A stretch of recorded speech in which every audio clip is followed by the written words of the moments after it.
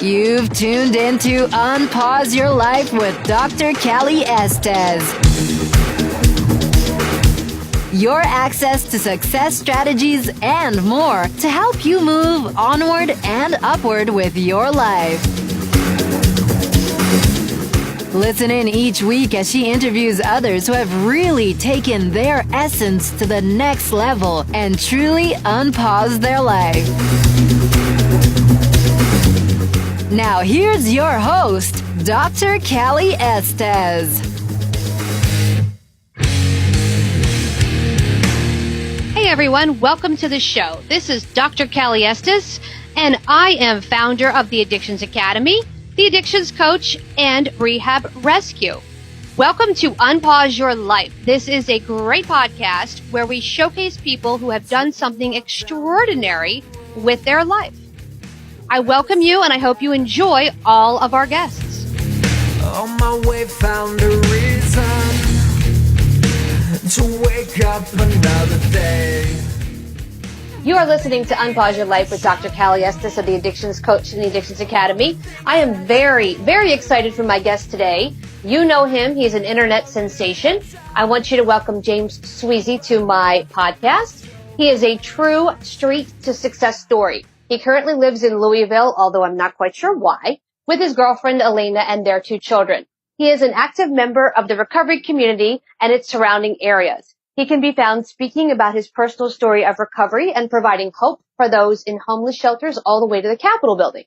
He is best known for his social media presence on James Sweasy Live and as a radio host on Recovery Radio FM. Welcome, James. Hey, Callie, how's it going? Good. How are you today? I'm doing well. I'm very busy, as you know, just like you. Ever since I took your training course to be a nationally certified interventionist at the Addictions Academy, I've just been adding on since we met doing that. I've been adding on more speaking dates, more travel dates, working on my book, working on my internet and web presence, and building our new treatment center.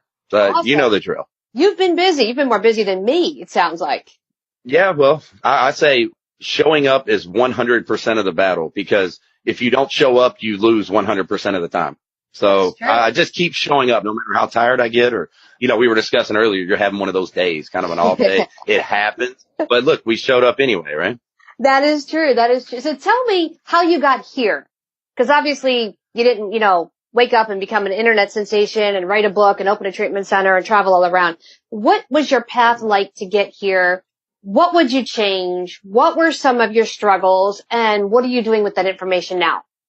Well, that's a good question. What would I change? I don't know if I would change anything, Callie, other than the distress put on my family, right? Forget about the distress and all that put on me, because I always tell people, like, all right, this is a corny example, but Eminem is supposed to be the best rapper in the world, right? Look at everything he went through that caused him to be the absolute best at what he does. Now, I'm not saying I'm the absolute best at what I do, but my past, the journey that I went through, defined all of this. It manifests into what I do today. So I don't know that I want to go back and change anything. I have a great relationship with my father and my mother, my 2 daughters, and as you said, Elena, the mother of my children. We live here in Louisville. We're not sure why either. So, right. It's cold. You're building a treatment center out there, right? Tell me about that. We are.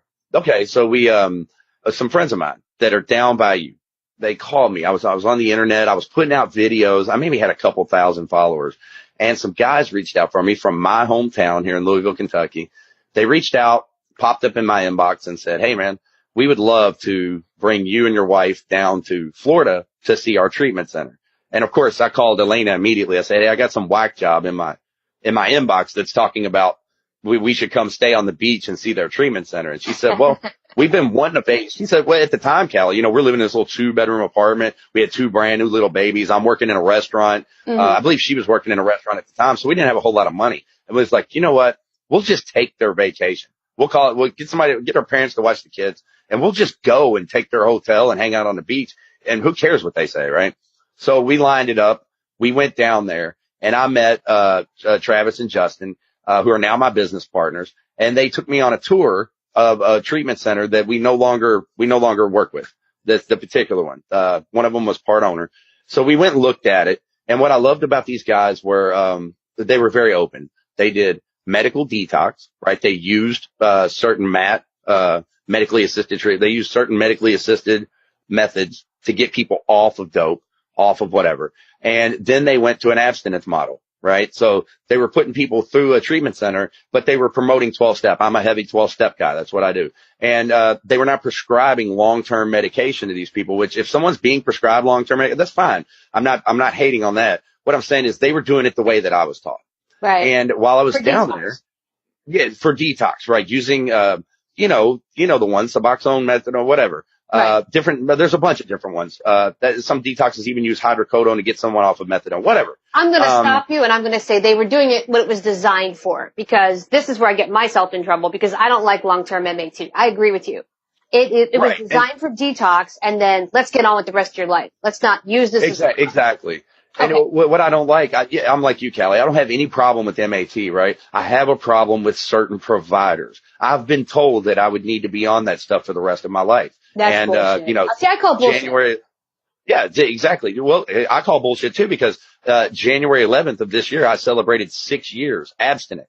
No drugs, no alcohol. Yeah. Wait a minute. Thank you very much. You didn't need it for the rest of your life? Really? I did not. You didn't die? You didn't relapse? I did not. No, Wow. because, I was taught through my 12-step recovery program that there's one problem and one solution. Now, there's other ways to come about recovery, but what I mean by that is that I suffer from a spiritual malady.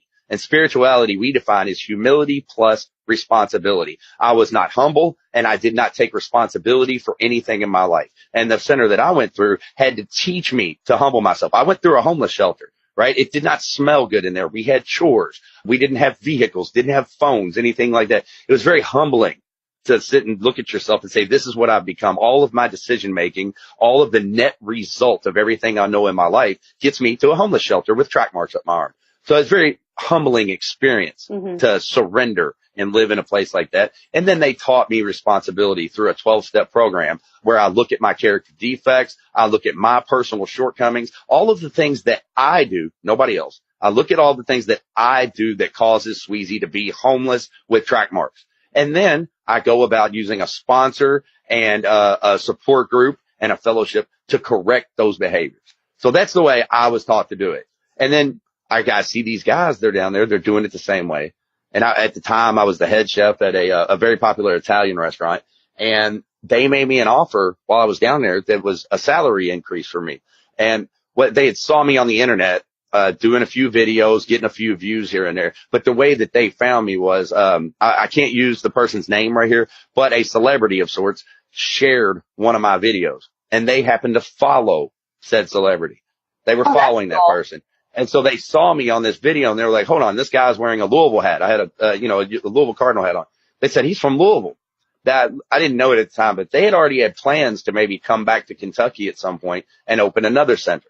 They're already functioning and operating down there in Fort Lauderdale. And so they told me that while we were standing out there, it'll be 3 years in June coming up that they invited us down and we went on that trip. And they told me while I was standing there, they said, hey man, just do things the right way. We don't pay bonuses.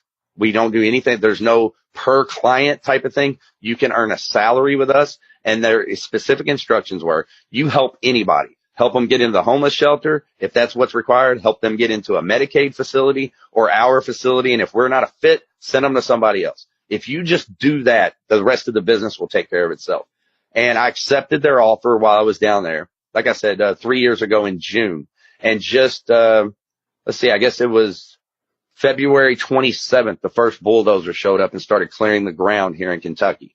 Wow. We have 7 acres, of beautiful Kentucky bluegrass right up in the hills, great views. And we're building 25,000 square feet inpatient, medical detox. And then on the other side of the building, residential care. So, it's going to be a 4 to 5 week deal if you come to us for a full stay. Right. And, one of the things from their experience down there in working in treatment, which I have some of that experience now, and my experience in dealing with a homeless shelter, we really have the full gamut. Like if you're in Kentucky, I'll say this anyway, if you call me, you get a bed that day, either at the free place, which is not, it's a beautiful place. or at a Medicaid facility or in private treatment, whatever we can get you to at the time, if you call. So it's a great model. And from their experience in Fort Lauderdale, and I see it up here as well, we decided that we wanted to build this program where it's co-ed. We could have males and females, but they're completely separated. So all the detox clients are in one building and they're separated, male and female. Now they'll have common areas where they can go to group together, common areas to eat, things like that. But there's no reason for a male to ever walk past a female's room. There's absolutely no reason. The way that, because we're building from the ground up. Same thing on residential side. And the residential clients and the detox clients have separate common areas and separate meeting rooms. So you will not have someone sitting here with, let's say, 3 or 4 days abstinent, 3 or 4 days completely off of a substance, sitting next to someone in a group that's nodding off. So we wanted that separate. So really, we're getting to build it the way we want. It's called the Robert Alexander Center for Recovery. It's named after a friend of ours that passed away sober on his sobriety date. Oh, wow. It was a couple of years ago. The guys came up from Fort Lauderdale, and his Thanksgiving was his sobriety date. And they came up to visit for Thanksgiving. And unfortunately, Alex was found. He had passed from congestive heart failure in his sleep on his sobriety date. So he had a good run at it, a few years there. He died sober, and this facility is being built in his name. Wow. Horrible thing to happen to somebody on their sobriety date, but yet all this good has come of it. So it's kind of interesting the way you guys turned that around. And it sounds like there's a good model there, a good clean model. I love it. There's not a whole lot in Louisville. So it'll be good services. Yeah, that's what we're hoping. It's going to be good services, and we're actually allocating 10% of our beds to the community. So 50-bed facility, we're going to make 5 on each side available to people that have absolutely nothing. You know as well as I do, Cali, like you wish you could just open the whole building up and fill it up and keep it full with who cares at any given time, but it is a business. We do have to function and operate. So we're allocating 10% of our beds straight to the community. There's some people that will not be a fit for us, and we will absolutely build referral relationships with you, with other people. And there's some people that will have nothing, that they will get an opportunity to have treatment and a shot at recovery through one of our scholarship beds. Awesome. That's great. It's a wonderful idea. Now so we didn't talk about your history. How did you get into the addiction space? I mean, I know you met people over here, but obviously you have to be in recovery. So tell me about your story. How did you end up here? I know you got arrested. Tell me about that. And then we'll talk about which time? Let's talk about the first one. What's the first thing you did that you got caught for? First thing I got caught for, arrested. That would be as a kid at 16 years old. I had a BB gun in my car, and we were playing around downtown somewhere, and I pulled it. It looked like a little pistol, right? Like a 9mm or something, a little brown handle on it, a black barrel. It was a BB gun though. And my friend pulled up beside me, and I was fooling with him, and I pointed it out the window and said, "What's up, punk?" Something to that effect. Like that, and a cop saw me do it, and they rushed over. And even though it was a BB gun, they arrested me. They took me down to a juvenile center. They impounded my car. You don't do that. You know, as a 16-year-old, I wasn't really thinking about it that much. It was just a buddy of mine I was waving it at, and it was a BB gun. But to them, we were in the inner city. I lived in the country mostly. We were in the inner city. To them, somebody was about to get their brains blown out in traffic, and it obviously pissed them off. So that was the first time. But I think it's important to note that I lost count of how many times I've been arrested. I've never been to the penitentiary. Not that I'm better than anyone. I come from a family of means. They were always able to bail me out or pay a lawyer or something like that. So, but I've been arrested a lot of times, number of DUIs, a number of possession charges. The biggest one, and I talk about this in the book. The biggest is at 20 years old, I got caught with over 8 ounces of marijuana, and I had individual bags. I had a box of Glad baggies. I had one of those little hand scales, and it was all in a backpack. So I was charged with felony trafficking narcotics. It's in the book, but to keep a long story short here, basically through fighting with my family and not getting along, we're restless, irritable, and discontent. We're dangerously antisocial when we're out there in our addiction. And I was in full-blown addiction at the time to cocaine, alcohol. I wasn't on opiates yet, so I didn't have that physical addiction, but I was abusing other narcotics. And I was arrested, And whenever it came time to ask my family for the money to pay for the lawyer and to get me out of jail, that started a lot of arguments, a lot of very uncomfortable days for me. So, what I did was I completely, I just didn't talk to my family. I didn't tell them about the court dates or anything. And I went by myself to a court date, and I had, I think, $1,000 on me. And I walk into the courthouse down there, and there's a guy standing there. He's actually disbarred right now. I won't use his name. But I walked in, and there's a guy standing there, kind of a sloppy guy. And I said, "Are you a lawyer?" He said, "Yes." I was like, "Well, look, I lied. I was like, I got $500 because I wanted to keep the other 500 to get high later." I said, "I got $500. I will pay you to go in here and talk to this judge, whatever." So he looked at my case and he said, "Look, man, the best thing for you to do is plead guilty and tell them you'll never do it again. That way they won't send you to prison." And he said, "Don't worry about it. You'll get the felony taken off later." I didn't know that you had to have a pardon from a governor to get a felony, or the president to get a felony taken off. So I agreed. I walked in. I pled guilty. I was put on 5 years of paper. And it wasn't until later on down the road that I would find out that you can't have a felony taken off. So that was the big one. But that was at 20 years old. And my addiction continued after that. So kind of, you're run of the mill thing. I was in an auto accident, got hooked on pills. I went through the whole Suboxone and methadone thing. I was using pills, Cali, from a pill mill in Tampa, the Rockeset 30s. I was taking 30 of those a day, snorting 10 of them at a time. Well, you know, I was doctor shopping. I knew several locations where I could go get a bottle of, I think it was 240 of them a day was the legal limit, like 8 a day. I could get a bottle of 240 at several different locations. It started with this business plan. The entrepreneur in me said, "Well, these are $1 a piece in Florida. I'll sell them in Kentucky for $30 a piece," right? Because they go for $1 a milligram up in the hills. And that business plan didn't really work out. I ended up to where I would sell off some of them down there in Florida, but for the most part, they were all for personal use. And then I had to add on more doctors to keep up with my habit because the legal limit was 8 a day and I was taking 30 a day. So I needed several doctors. And you know the story.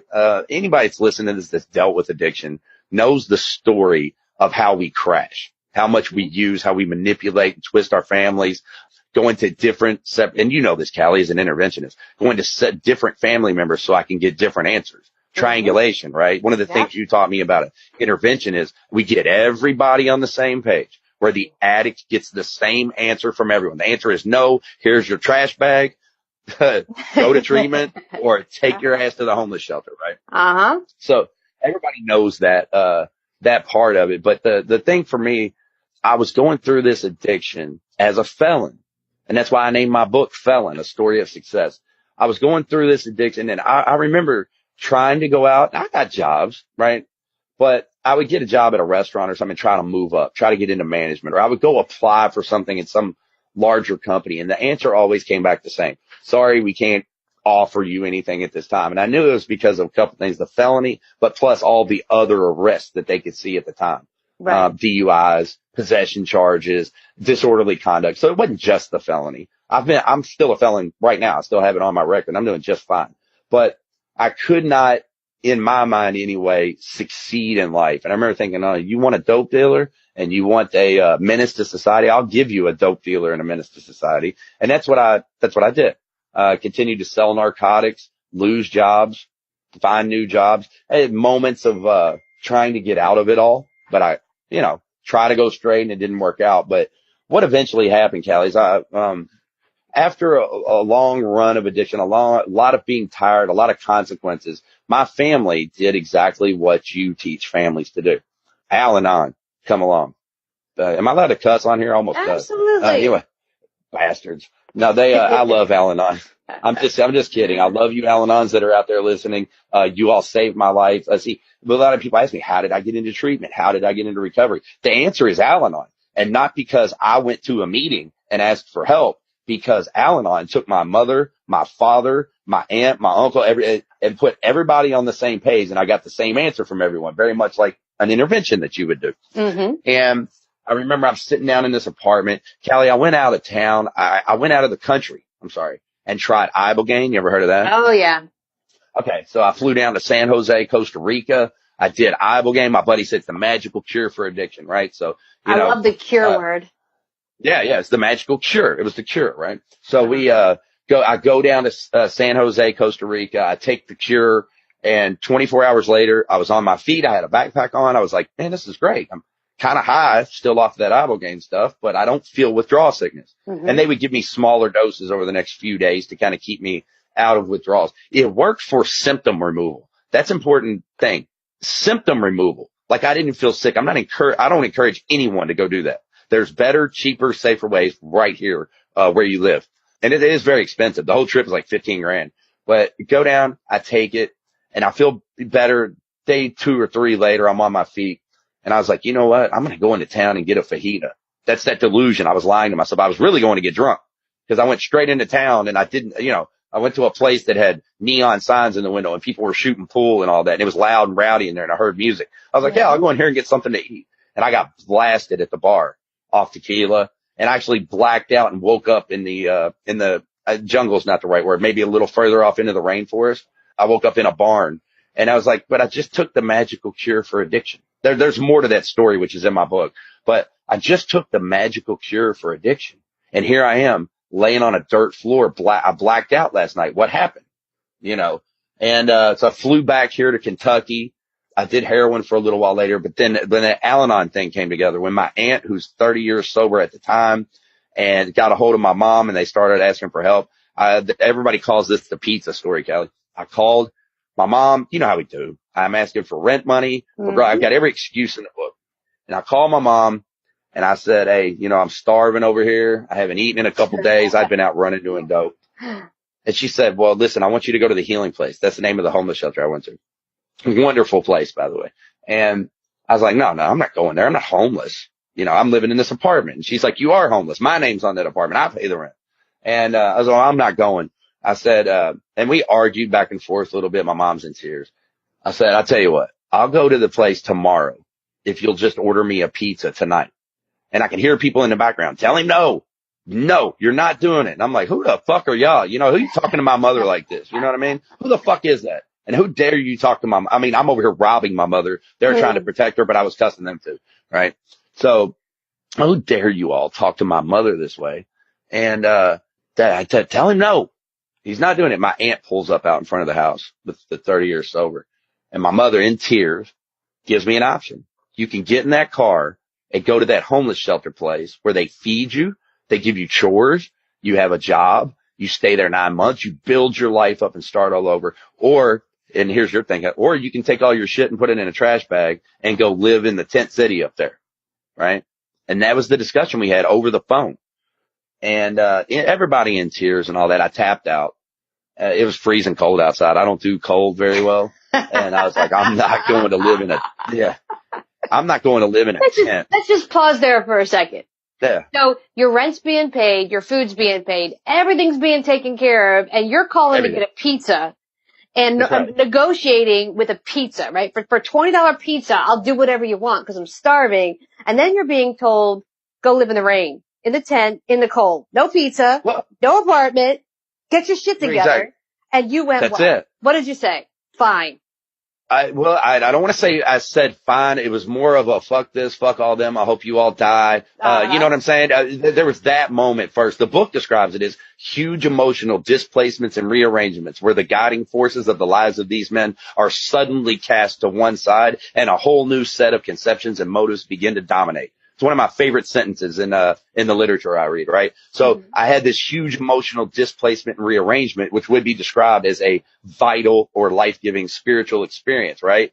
And I'm sitting out and I knew right then, Cali, it was over.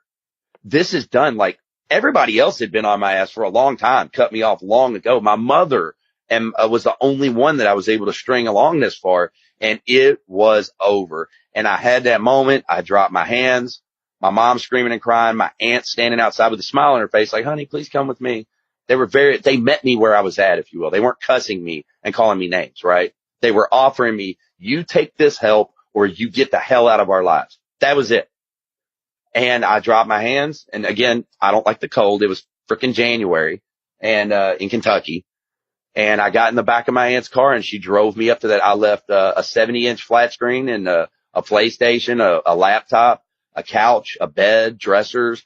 I packed one backpack and I moved out of that house. And I told the guy that was, I was like, you can have all that shit. You can have my TV and everything. It was a couple days after I went that I told him that. But yeah, let go of everything. And I walk into the free detox they have down there. At the time, I'm on heroin. I went and done Ibogaine and I came back and I'm on heroin again. And, I go into that detox and, I check in. I didn't want to be there, and something really amazing happened. There's a lady there. I love her. She still works there to this day. Her name's Miss Pam, older African American lady. And, I'm out back smoking a cigarette, right? And then after you've been at this place for 24 hours, you're required to go to a 12-step meeting of some sort. And I said, I'm standing out back smoking. They said, everybody, you've been here 24 hours, go to the meeting. I said, all right. You have to walk out of the building, walk across the street to go to this meeting. As I'm walking out, Miss Pam stops me. She says, hey, 123, that's my bed number. Sweasy, go make your bed. And the look of just pure, I don't know what the word is to describe the look on my face. My jaw dropped, my eyes got big. I'm like, Pam, that dude's naked. That dude just puked. We're all in here detoxing. Why do you want me to make my bed? Don't you know who the fuck I am, right? I don't make my own bed, And right, I'm James Clayton Sweasy. Haven't you heard? She don't give a fuck who you are. You are going to go make your fucking bed. That quick. She did not give a fuck. Let me tell you how she expressed that. She said, what are you here for? Now, this is where some solid 12-step work came in, right? She looked at me and said, what are you here for, young man? I said, well, I would like to have a decent job, my car back, my family, some fucking friends, maybe some money where I can take a vacation every once in a while and live normal. And she goes, okay, stop, big baller. She said, you want all of that responsibility, but you won't make your own fucking bed. She's right. What do you say to that, Cali? She's right. You're right. I'll make my bed. Well, right. Well, then she hit me with the most important part of it all. She said, also, if you don't want to make your bed, the door is not locked. You can leave. Yep. And I had another one of those experiences like I had with my mother. I went, you know what? This is it. This is it right here. I'm either the guy living in Tent City, hauling a tent around, flying a sign on the side of the road, begging people for change or something, or I can follow these guys over. And they remove barriers at the healing place, right? Like I had a bed. It didn't cost me any money. There was food there. There was something to drink. I had a blanket. They even give you one free cigarette an hour if you're a smoker, and you can't afford them until you can bum some off of the other people, whatever. And that moment happened. She said, you can leave. And I was like, damn, I in my mind, Cali, I want like a Maserati, like same one you want, I'm sure. I want a Maserati. I want a mansion on the hills out here in Kentucky somewhere for my girls to grow up, and a vacation house down there right next to you in Miami with maybe a boat in the dock or something somewhere. But at 34 years old, 35 at the time, 35 years old, I won't wash my own clothes, make my own bed, or wipe my own ass. But somewhere in my head, I tell myself I'm deserving of a yacht and a mansion and a vacation condo. Of course. Right? That's the delusion that was my alcoholism. And so let's add to that. So here you are in the homeless shelter, getting ready to get your ass tossed out of the homeless shelter. Like that doesn't happen. Right? What's that? Getting tossed out of the homeless shelter because you don't want to make your bed because you think you're above making your bed. And that's when the light bulb went off. It went, yes. I'm in the homeless shelter. Mom and family turned their back on me. Here I am, and I think I'm so important that someone else should make my bed. That's when the light bulb kicked on and went, who the fuck do you think you are? Get in there, make your bed, and get your shit together. And that's awesome. That's it. That's awesome. It. And it's different, Cali, and I work in private treatment. I'm opening a private treatment center, but there is a difference when you're looking at a place where if I'm a paying client, they tend to be a little more tolerating of me, right? Mm-hmm. At this place, there's no paying clients. They will tell you to get the fuck out in a heartbeat. And that's what I needed though. There's a lot of professionals, there's a lot of people that go through treatment, do very well, that didn't have to go all the way down there where I went. But that's what I needed. Right. And the reality set in, it sinks in. It's just like you talked about, Cali, the suitcase or the trash bag, right? Pick one. And I picked the suitcase, so to speak. Right. I was already there. I went across the street and went to a 12-step meeting where I know we got to get to the book, but where they gave me the humility part of it, right? You make your own bed. You eat whatever food we serve. You do what we say if you want to stay in our building. You humble down. You're not special, right? And then the fellowship kicked in, right? There was 10 or 15 guys in there with me doing the same thing I was, right? There was another 100 guys across the street that were just 3 months into their sobriety encouraging us and come across the street, man. This is a good meeting. Come hang out with us. And then there was guys that had been there 6 months that might have had a new pair of shoes on or something, and they were cleaned up and they were healthy looking, you know, getting ready to complete the program. And maybe a couple of them have got their cars back or they were looking to get jobs. And all of a sudden your pathway is cut for you. Mm-hmm. I have to go from here to over there where those guys are inviting me to this meeting. And maybe one of these days in 6 months, I can be one of those guys that's walking out the other side to go get a job. Right. And there was a pathway in front of me. And then there was a pathway also down the street there to the freaking tent city I was talking about. And I chose to follow the other guys in the fellowship. And I went through there, got a sponsor, completed all 12 steps. You ever heard the term, Cali, 90 and 90? Yeah. Doing 90 meetings? Okay. Yeah. We do 450 and 90. Okay. Cause there's 5 classes a day for the first 90 days. They might not be fellowship meetings, but they're all recovery classes out of the same damn book, right? Mm-hmm. So we did 450 and 90. I became very versed in 12-step literature. Not an expert at recovery by any means. I'm versed in recovery literature. I'm versed in understanding what it's saying. And when I came out of the homeless shelter, it happened. I'm standing in this restaurant and this guy walks in, and he was a guy that was he was still stuck in a methadone clinic that I had attended before, and he looked like shit. And I was standing there working. I had my chef coat on, and he walked by. He said hi to me. And, I didn't tell you about this. It's in the book though, where, I told these people at the methadone clinic that I didn't like them. They wouldn't let me lower my dose, all of that. And I told him, I said, one of these days, if I could do something about what y'all are doing, keeping people in here in a chemical prison locked and not allowing them to taper, if I can do something about it one of these days, I will. I told the clinic that. Everybody standing and the cop standing there almost got arrested. So I tell them that. I see this guy walk by into the restaurant, and he looks like shit. And I just had this moment. I don't know why, Cali. I picked up my phone and recorded a video and told people that you don't have to stay stuck on Suboxone. You don't have to stay stuck on methadone. And here I am at 2 years sober, clean at the time.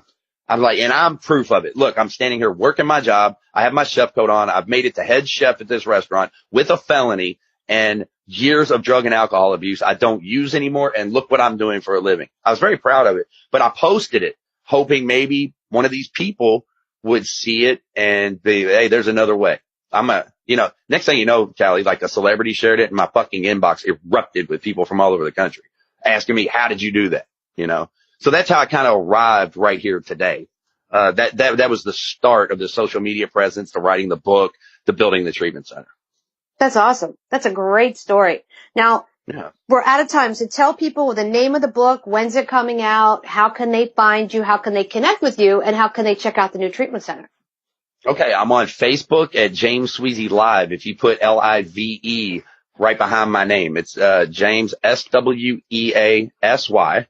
and then the word live. Or you put in jamessweasy.com on the internet. My site is there. It will lead you to my social media. I'm on Facebook, Instagram, YouTube, Twitter, and LinkedIn. So yeah, you can just Google my name, I guess. The new treatment center, the RobertAlexanderCenter.com, is not open. We're under construction, but that's why my page is called Live. I document everything I do live on the internet, and I'm, kind of hard to document the writing of a book, but my book should be out in around October. It'll be available on Books A Million, Barnes and Noble. Yeah. Kindle, iBook, Amazon. There, thank you. The big one I missed, of course. So yeah, it'll be available on all the major sites. It's called Felon, A Story of Success. And what I'm trying to do is not put a recovery story, even though the recovery story is in the book. I want this to be more of an instruction manual or an inspirational manual to show people, if you're a felon, that it does not count you out.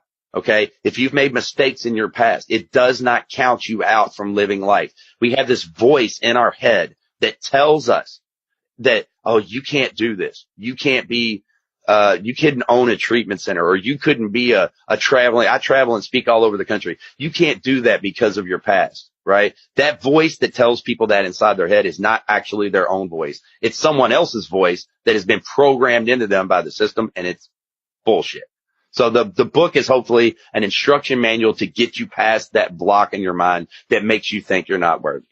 So all of this documented on James Sweasy Live at Facebook.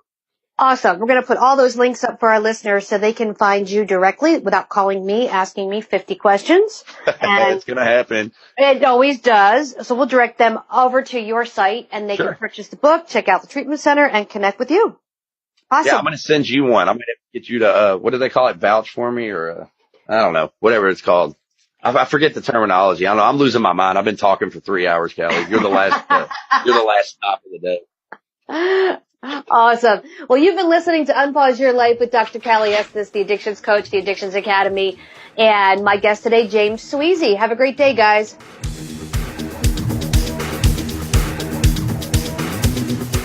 Hey, everyone. Thanks again for listening. I really hope you enjoyed the show today. Head on over to iTunes and Apple Podcasts and leave a comment or review of what you think. Or contact us at 1-800-706-0318. If you want to be on our show, feel free to email or call. And if you have a topic, feel free to email or call as well. Thanks for listening to Unpause Your Life. For show notes and more, head on over to unpauseyourlife.com.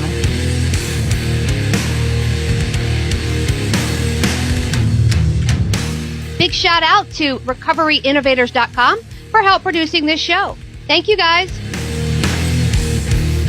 I took a walk down the long road where they said that I shouldn't go. On my way found a reason to wake up another day. But they needed to show you all the things that you won't do. Find faith or religion, but nothing to show for it.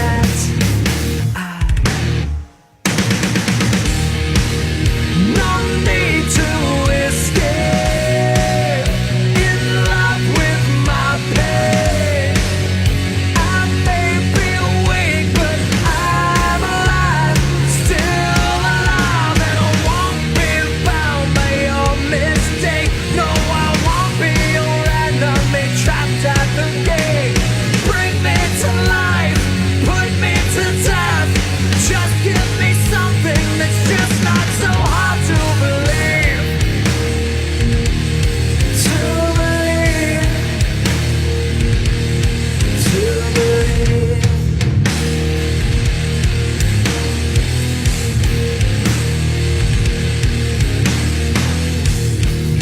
I took a walk down the dark road where they said that I shouldn't go. I knew the dangers of flying. Now I'm so far from solid ground. But they needed to show you all the things that you won't do. Find faith or religion, but nothing to show for